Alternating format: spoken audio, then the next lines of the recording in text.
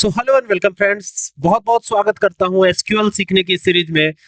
मैं हूं सूरज कुमार तिवारी और आप देख रहे हैं कंप्यूटर एंड एक्सेल सॉल्यूशन। आज के इस वीडियो में क्या खास है, क्या बताऊंगा आपको, क्या नई सारी चीजें होंगी, सब बात करेंगे। लेकिन सबसे पहला काम कि आज आपको ये बता देना चाहता हूं कि आज का टॉपिक जो है एसक्यूएल का होने वाला है, यानी एसक्यूएल सर्वर मैनेजमेंट स्टूडियो की बात करेंगे।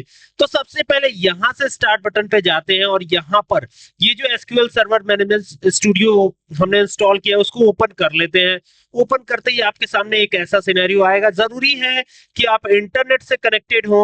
अगर आप इंटरनेट से कनेक्ट नहीं होंगे तो ये जो है वर्क नहीं करेगा। तो ये चीज ध्यान रखिएगा, जब भी आप एसक्यूएल सर्वर चलाना चाहते हो तो इंटरनेट से कनेक्ट रहिएगा। और यहाँ पर आपको दिख रहा होगा ट्रस्ट सर्वर सर्टिफिकेट, इस पर टिक जरूर करिएगा, ठीक है।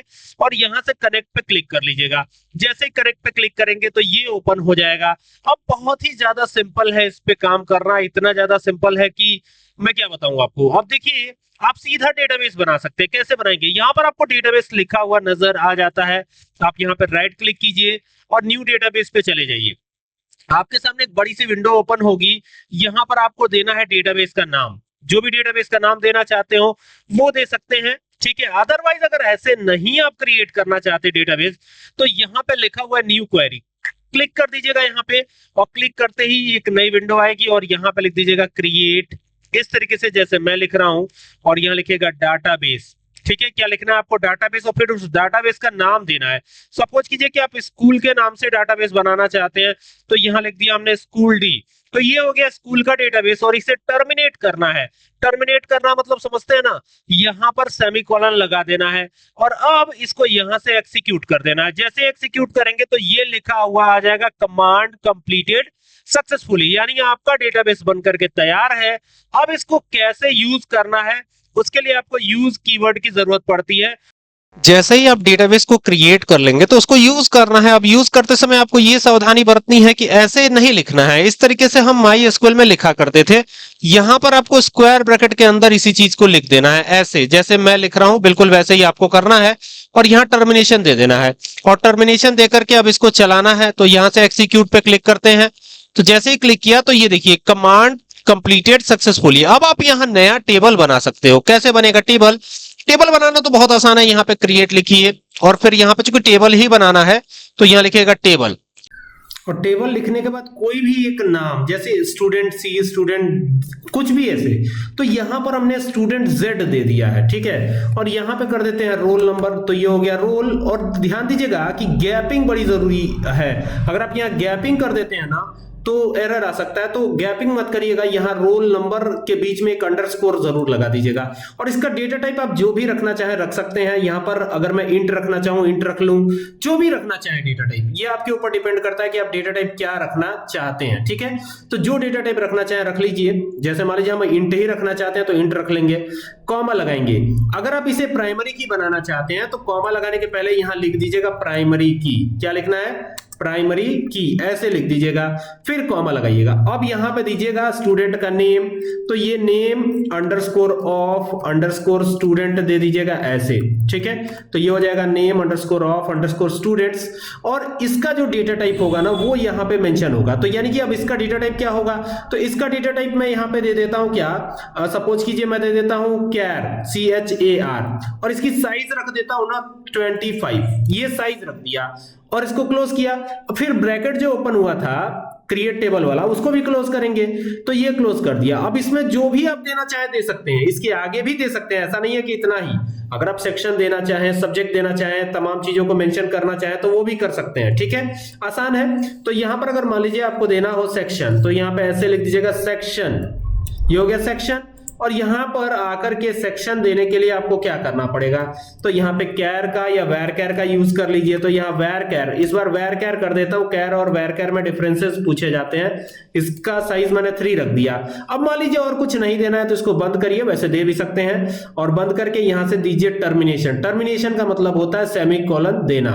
तो ये हो जाएगा। और ये होने के बाद आपको क्या करना है, सिंपली अब इसको चलाना है। तो चलाएंगे कैसे, तो चलाएंगे जब इसको सेलेक्ट करेंगे, तो यहां से इसको सेलेक्ट करते हैं यहां तक पूरा, ठीक है। और यहां से एक्सिक्यूट पे क्लिक कर देंगे।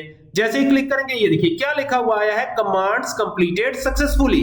ओके, तो यहां पर कमांड आपका सक्सेसफुली कंप्लीट हो गया, यानी कि आपका क्वेरी चल गया। तो क्वेरी चल गया तो इसका मतलब कि टेबल बनी होगी, तो टेबल बनी होगी तो उसका डेटा टाइप कई बार पूछा जाता है कि देखने के लिए क्या करें। अगर मान लीजिए आपको डेटा टाइप, हालांकि यहाँ पे तो डेटा टाइप आपको दिख ही रहा है कि क्या डेटा टाइप है, लेकिन पूछा जाता है कि क्या कमांड लिख करके डेटा टाइप शो किया जाता है, तो आपको एक्सिक्यूट EXEC लिखना है, ठीक है, और फिर यहाँ पे लिखना है SP, क्या लिखना है SP, और अंडरस्कोर लगाइएगा कॉलम्स, क्या लिखना है SP अंडरस्कोर कॉलम्स, ये लिख देना है, और फिर टेबल का नाम दे देना है सिंगल कॉमा के अंदर, ठीक है। तो एक बार गैप दीजिए और यहाँ पे सिंगल कॉमा में टेबल का नाम दीजिए। जैसे मान लीजिए हमारे केस में स्टूडेंट Z है टेबल का नाम, तो यहाँ पे हम कर देते हैं स्टूडेंट Z, और ये सिंगल कॉमा क्लोज कर दीजिए, और क्लोज करने के साथ ही यहाँ पे टर्मिनेशन भी दे दीजिए। टर्मिनेशन देंगे तभी तो ये पता चलेगा कि ये लाइन खत्म हो गई, ठीक है। हमारे सिस्टम को ये पता ही नहीं चलेगा कि लाइन खत्म हो गई, तो कैसे वो जानेगा। तो इसको बताने के लिए यहाँ पे सेमीकोलन देना जरूरी, और यहां से अब इसको सेलेक्ट करिए और एक बार इसको चलाइए, देखिए पूरा डेटा टाइप ये शो कर देगा। तो देखिए यहां पर आप देख सकते हैं कि जितना डेटा टाइप का जो भी चीजें हैं, अब यहाँ पे डेटाबेस का भी नाम आ रहा है, ठीक है, इसके बाद यहाँ पे टेबल का भी नाम आ रहा है, कॉलम के का भी नाम आपको दिख रहा है, roll number, name of student, section, जो भी दिख रहा है ये सारी चीजें दिख रही हैं, ठीक है। तो इस तरीके से आप डेटा टाइप देख सकते हैं। डेटा टाइप देखने का ये कमांड होता है। अच्छा, ये कई बार पूछा जाता है कि SP का मतलब होता है सिस्टम स्टोर्ड प्रोसीजर, क्या होता है सिस्टम स्टोर्ड प्रोसीजर, ठीक है। अब एंटर करिएगा, नीचे आइएगा, जैसे नीचे आएंगे तो अब यहां पर क्या करना है, हमें इसमें वैल्यूज डालनी है।